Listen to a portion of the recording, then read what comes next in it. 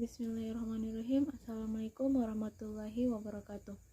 Perkenalkan, nama saya Nur Aditya, NIM 1057211196419 dari kelas MAN 19F.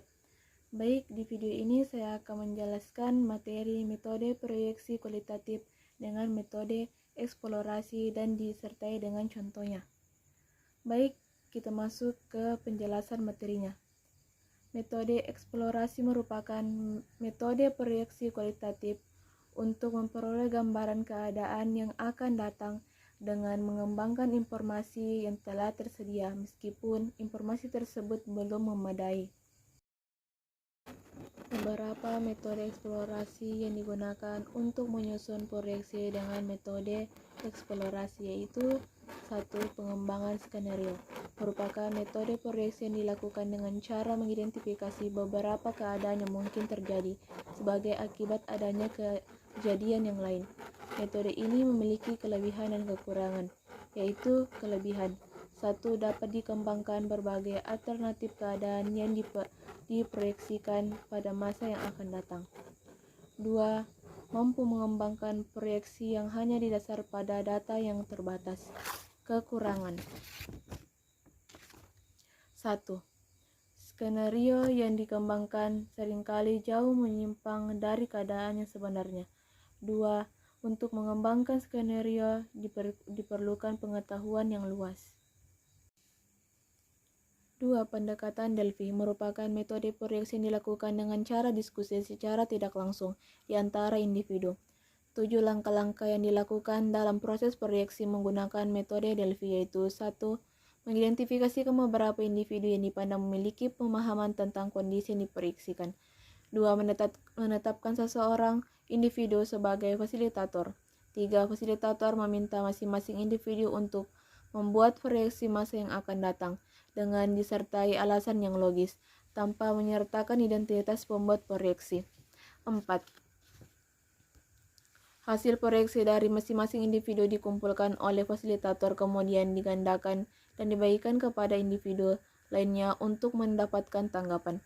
5. Hasil tanggapan dikumpulkan oleh fasilitator untuk dikirim kembali kepada pembuat proyeksi. 6.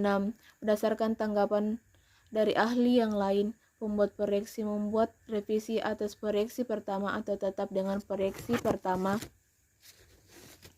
jika memasukkan dari ahli lain dipandang tidak memadai.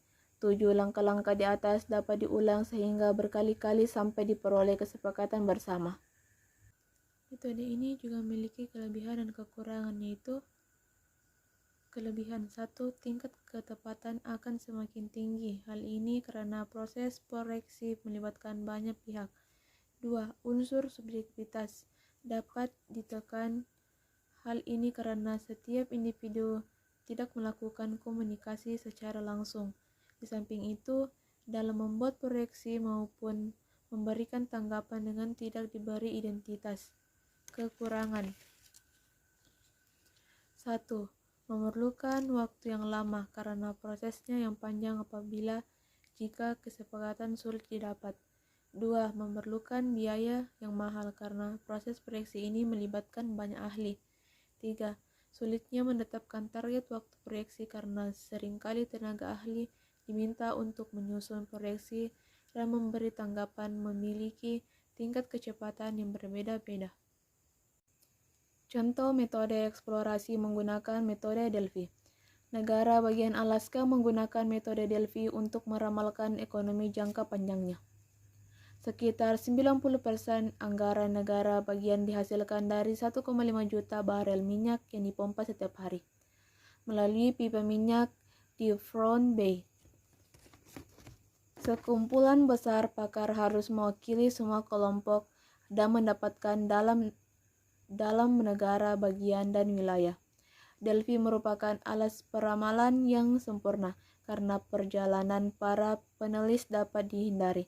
Hal ini juga berarti bahwa para pemimpin Alaska dapat berperan serta karena jadwal mereka tidak dipengaruhi oleh pertemuan dan jarak.